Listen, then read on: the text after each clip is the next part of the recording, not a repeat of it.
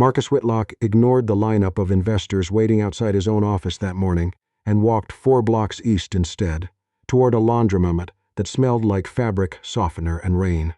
It was October in Halifax, the kind of gray, salt-bitten morning that made the harbor fog roll up Barrington Street like it owned the place. He'd been coming here for 3 weeks now, ever since his washing machine at the condo had flooded the unit below his, and the building manager had banned him from the laundry room. Till the insurance claim cleared. 3 weeks of carrying a duffel bag of shirts past a row of dryers, past the hum of fluorescent lights, past her. Her name, according to the faded gold lettering stitched above the front pocket of her coveralls, was Della. Just Della. No last name stitched on, no nameplate at the counter, nothing. She ran the place like it belonged to her, which, as far as Marcus could tell, it did. Della's Suits and Mend. The sign out front read, hand-painted, the kind of sign that told you the owner trusted her own 2 hands more than a printer. She didn't look up when the bell over the door jingled. She was elbow-deep in the guts of a dryer that had stopped spinning, a wrench in one hand, her dark hair pinned back with what looked like a pencil. "If you're here for the dryers, 2 and 5 are down," she called out without turning. 6 works if you don't mind it being loud as a freight train. "I can live with loud," Marcus said. She glanced over her shoulder then, just briefly, and something in her face, not recognition, not yet, just a flicker of mild interest, made him stand a little straighter than he meant to. She had a smear of grease along her jaw, and the kind of eyes that looked tired in a way that had nothing to do with sleep. "You're the guy with the floor flood," she said. 3 weeks running. You could buy a new machine with what you've spent on quarters here. Probably, he admitted. He didn't tell her that he could buy the entire building. He didn't tell her much of anything, actually, which had become its own quiet relief. At Whitlock Dynamics he was Mr.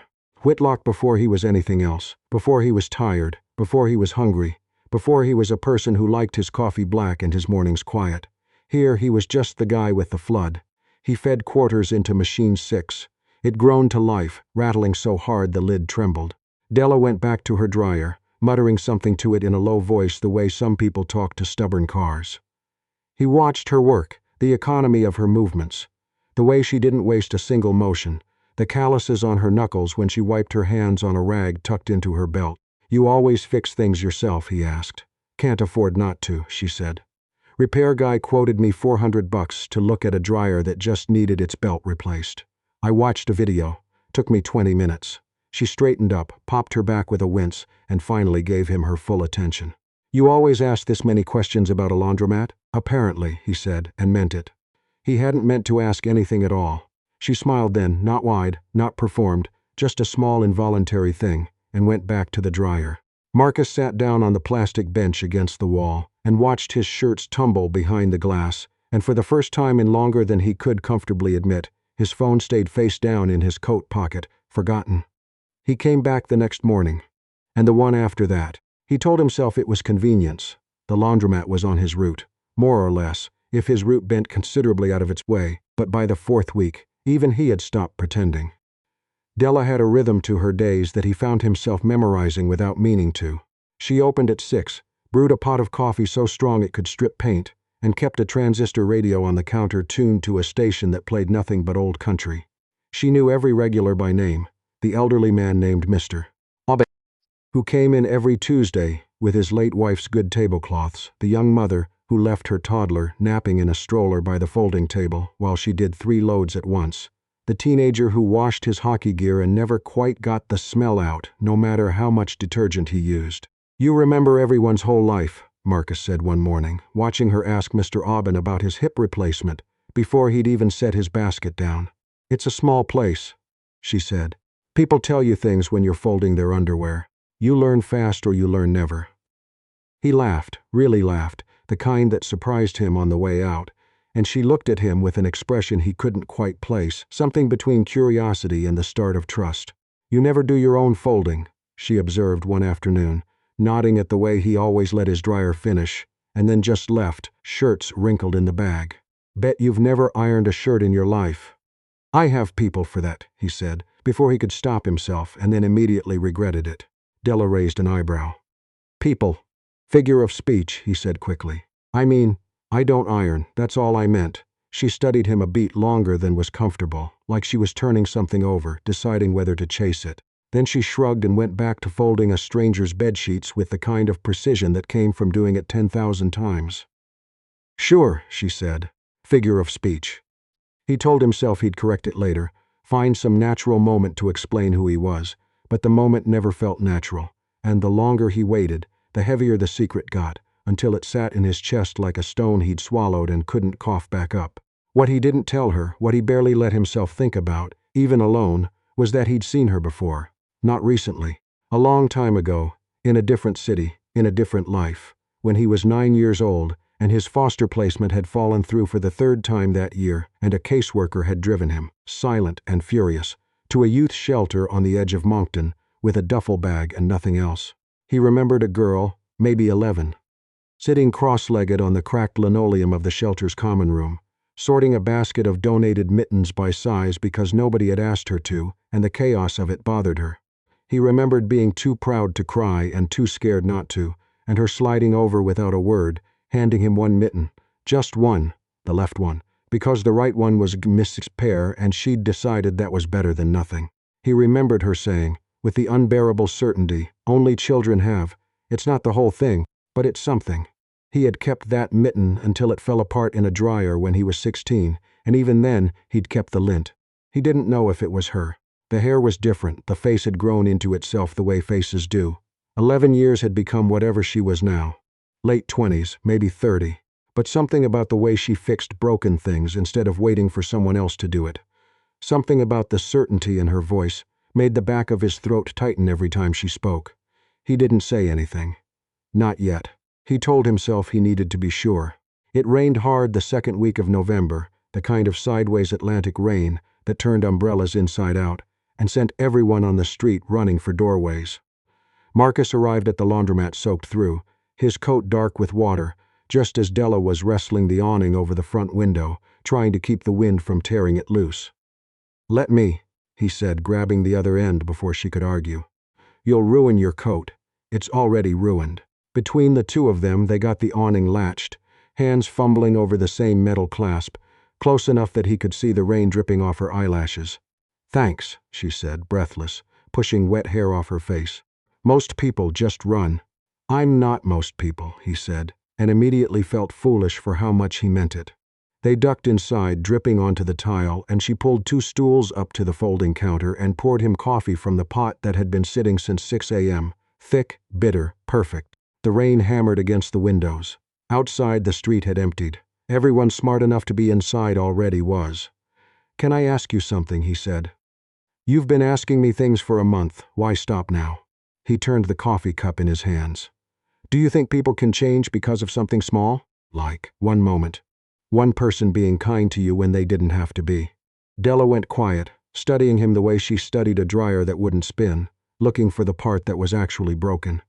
"Yeah," she said finally. "I think that's the only way people really change. Not the big speeches. The small stuff that nobody else even notices." "I was 9, Marcus said, the words coming out before he'd fully decided to let them. "I'd just been moved to a new placement. Shelter, technically, while they figured out where to put me. I didn't have gloves. It was February. There was a girl there, older than me, maybe by a year or two, sorting through a donation bin of mittens. She gave me one. Just one. The left one, said it was better than nothing." Della's hand stilled on her coffee cup. "I kept it," he said, "for years, until it fell apart. I still have the lint from it, if that doesn't sound completely unhinged." "It doesn't," she said very quietly. "It sounds like something I'd do." Their eyes met, and the rain seemed to recede into background noise the way it does in the half-second before you understand something enormous. "Della," he said, careful now, "where did you grow up?" "Moncton," she said. "Why?" He didn't answer right away. He was watching her face for the moment it would catch up to his, and when it did, it happened slowly. Her brow furrowing, her mouth opening slightly, some calculation running behind her eyes that he could almost see. "There was a shelter," she said, "on Lutz Street. I used to volunteer there with my aunt on weekends. There was a boy." She stopped, stared at him. "You're not—" "I might be," he said. Della set her cup down with a hand that wasn't quite steady. "You kept the mitten." "I kept the mitten," he said. "I just didn't know until I walked into this place a month ago that I'd find the rest of the pair." Neither of them said anything else for a long moment. The rain kept falling, the radio kept playing some sad old song about a truck and a girl who left, and somewhere underneath all of it, something that had been buried for over 2 decades quietly, finally cracked open. That night, in the kitchen of the rented loft he still hadn't fully unpacked after the move from Toronto, Marcus dug an old shoebox out of a closet he hadn't opened in years. Inside, wrapped in a sandwich bag gone yellow with age, was a single gray mitten, worn through at the thumb, and a small twist of gray fuzz that had once been its twin. Across the harbor, in a one-bedroom apartment above a hardware store, Della sat on her kitchen floor with a similar box pulled from under her bed. Photographs, a friendship bracelet from a girl she hadn't spoken to in 15 years, and at the bottom, a single mitten, the right one, kept for reasons she'd never quite been able to explain to herself. She held it up to the light and whispered, "To no one. It really was you." Their mornings changed after that. There was a new ease to them, an unspoken understanding that something had shifted, that the laundromat had quietly become the center of something neither of them had words for yet. Della started making a second cup of coffee before he even walked in. Marcus started actually folding his own shirts badly while she laughed at his technique and showed him, hands over his hands, how to do it properly. He told her about his brother, Connor. No, he caught himself even thinking the name, because that wasn't who he was anymore in this story, that belonged to someone else's life. He told her instead about his younger sister, Priya. No, he stopped that thought too. He told her, simply, about a younger sibling back in Moncton he didn't see enough, about a mother who had passed when he was in his 20s, about the years between the shelter and the boardroom that he never talked about with anyone, because no one in his current life had ever needed to know. "You make running a multi-million-dollar company sound exhausting," Della said one evening, after he'd finally told her the truth. Not by choice, exactly. A reporter from a Toronto business outlet had spotted him outside the laundromat, recognized him from an industry conference photo, and the story had broken by morning. Whitlock Dynamics CEO spotted doing laundry in Halifax Dive. Is he slumming it or hiding something? Della had read it standing behind her own counter, her own laundromat, with her own name conspicuously absent from a story that nonetheless used her business as a punchline. Dive. That was the word that had stuck in her throat like a fishbone. "It's exhausting because it's not real," Marcus said, standing in her doorway that evening, rain threatening again, his collar damp from the walkover. "None of it's as real as this place. As you—" "Then why didn't you just tell me?" Her voice had an edge to it now, something brittle underneath the calm. "A month, Marcus.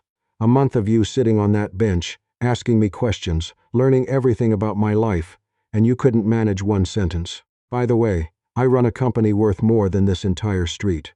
I didn't want you to look at me differently." "I wasn't looking at you any particular way," she snapped. "I was looking at a guy who couldn't fold a fitted sheet to save his life. That was the whole appeal." She wiped her hands on the rag at her belt, a gesture he'd come to associate with her thinking, with her buying herself time. "And now I find out you let a reporter find you before you let me find out. That's not an accident, Marcus. That's a choice you made every single morning." "You're right," he said quietly. "I was a coward about it. I kept telling myself there'd be a better moment, and there wasn't going to be one, because there's no good moment to tell someone you've been lying about who you are." "I don't even know what to call you," she said, and her voice cracked on the last word in a way that undid him more than any shouting could have. "Is it Marcus? Is it Mr. Whitlock? Which one of you was actually here?" "All of it was me," he said. "The part that asked too many questions and the part that signs off on quarterly earnings. I just didn't think you'd want both. You didn't give me the choice," Della said. "That's the part you don't get. It was never about the money. It was about you deciding on your own what I could handle." She asked him to leave, not unkindly, but firmly, and he did, because there was nothing left to say that wouldn't sound like an excuse dressed up as an apology. The laundromat closed for 3 days. Della told herself it was for the broken dryer, the one that had finally given out for good, but the truth was simpler and harder. She didn't trust her own face, not to fall apart in front of customers. Her younger brother Eli, sharp, observant, 16 and quieter than most kids his age, noticed before she said a word. "You're not opening today either," he said, watching her stare at a stack of unpaid invoices without seeing them. "Not today," she said. "Did the laundry guy do something?" She let out a breath that was half laugh, half something close to breaking. "Yeah, Eli. The laundry guy did something." Across the harbor, Marcus sat in an office with floor-to-ceiling windows and a view of a city he'd built half a career chasing, and found that none of it, not the skyline, not the board's relieved congratulations after the press story died down, not even the quarterly numbers that had once been the only thing that mattered, held any weight at all, without somewhere to bring it back to. He took the mitten out of the shoebox and set it on his desk, where it sat through 3 meetings, looking absurd and small among the contracts, and he didn't put it away once. The Maritime Business Leaders' Dinner was the kind of event Marcus usually treated as an obligation to be survived rather than attended. Black tie, harborfront ballroom, a room full of people who wanted something from him dressed up as people who wanted to celebrate him. He almost canceled. He went anyway because his assistant had already RSVP'd and because some stubborn part of him hoped, against all reasonable odds, that Della might be there. She wasn't on the guest list. He knew that. He went anyway. What he didn't know was that Della's old college roommate, now a junior event coordinator for the Chamber of Commerce, had begged her to come as a +1, mostly to get her out of the apartment. Della had said yes for the same reason Marcus had said yes, because some stubborn, foolish part of her hadn't fully let go either. He was 3 sentences into a speech about innovation and quarterly growth, the kind of speech his communications team had written for him 100 times before, when he saw her standing near the back exit, arms crossed, clearly debating whether to leave before he noticed. He stopped reading from the cards. "I had something prepared," he said, and the room's polite murmur quieted. "Charts, talking points, the usual." He set the cards down on the podium and didn't pick them back up. "I'm going to skip all of it, if that's all right." A ripple of curious silence moved through the room. "There's a woman in this room," he said, "who runs a laundromat 2 blocks from a building I own and have never once set foot in for any reason that mattered. She fixes her own dryers. She knows every customer's name and their kid's name and usually their dog's name too. She's never once asked me what I'm worth, because it never occurred to her to care." He found her eyes across the room and didn't look away. "She gave me half a pair of mittens when I was 9 years old and nothing else in my life. I spent 20 years carrying that mitten around without understanding why, and it turns out it's because some kindnesses just don't let go of you, even when you've forgotten where they came from." Someone in the crowd had started filming. He didn't care.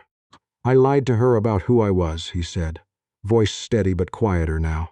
"Not because I wanted to deceive her, because I was terrified that the second she knew, she'd stop seeing the only version of me that's ever felt like it was worth keeping. That was selfish, and it cost me the best thing that's happened to me since I was 9 years old standing in a shelter with one cold hand."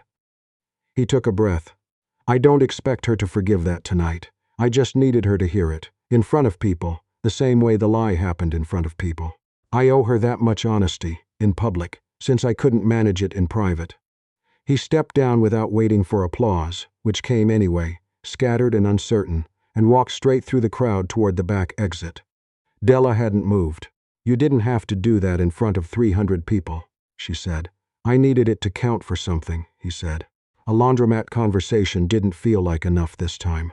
She studied him for a long moment, arms still crossed, but something in her posture had softened, just slightly, the way ice softens at the very edge before it actually breaks. "You're an idiot," she said. "A rich idiot with a laundromat fixation." "I prefer the term regular customer." A small, reluctant laugh escaped her, and for the first time in 3 weeks, it didn't sound like it was being held back by something. He found her again 2 mornings later, standing outside the laundromat before opening hours, key in hand but not yet turning the lock, like she was deciding whether the place still felt like hers to open. "I didn't want to knock," he said, hands in his coat pockets, breath fogging in the cold harbor air. "Didn't want to push." "You're persistent," she said. "So are you. It's part of why I can't seem to stop showing up here." She let the silence stretch, the street still quiet around them, gulls calling somewhere over the water. Then he held out a folder, slightly bent at the corner from being carried in his coat for 2 days while he worked up the nerve. "What's this?" "Open it." Inside was a proposal, 3 new locations across Nova Scotia, full equipment upgrades, her name on the deed, 60% ownership written into the terms in language his lawyers had fought him on for an entire afternoon. "I'm not buying it from you," he said, before she could ask. "I'm investing in something that already works. You built something real out of nothing. I just have the kind of money that makes nothing less of an obstacle." 60%, she repeated. "Why not just keep it 50-50? Because I learned the hard way that love isn't about owning the bigger half of something, he said. It's about making sure the person who built it gets to keep what's theirs, no matter what happens to us. Della looked down at the folder, then back up at him, and something in her face finally fully let go of whatever it had been holding on to for 3 weeks. If I say yes to this, she said slowly, it's not because of the money, you understand that. I know, and if I forgive you, it's going to take longer than a speech at a fancy dinner. I know that, too, okay, she said. Then yes, to the laundromat. The rest we figure out as we go. He reached into his coat pocket then, and pulled out something small wrapped in a handkerchief. Not a ring, not yet, he told her, because some things shouldn't be rushed just because a man finally worked up his nerve. It was a single gray mitten, the left one, restored as best as a tailor could manage, the wool re-knit at the worn patches, paired now in a small velvet box beside its twin, the one Della had kept all these years. A full pair, he said. Finally, she didn't say anything for a long moment. Then she pulled him into a hug right there on the sidewalk, key still hanging from her other hand, and the laundromat sat behind them with its lights still off, waiting to open for a day that for once didn't feel ordinary at all. 6 months later, the new sign above the original Halifax location read Della's Suits and Mend Est, by hand, and underneath it in smaller script that customers always paused to read, a single line. Some things are worth keeping, even when you only have half. Inside, framed behind the counter where everyone could see it, sat one gray mitten, worn thin at the thumb beside its restored twin, and Marcus Whitlock, who still couldn't iron a shirt properly and had stopped pretending he ever would. Folded laundry badly, happily, every single morning before either of them went anywhere near an office.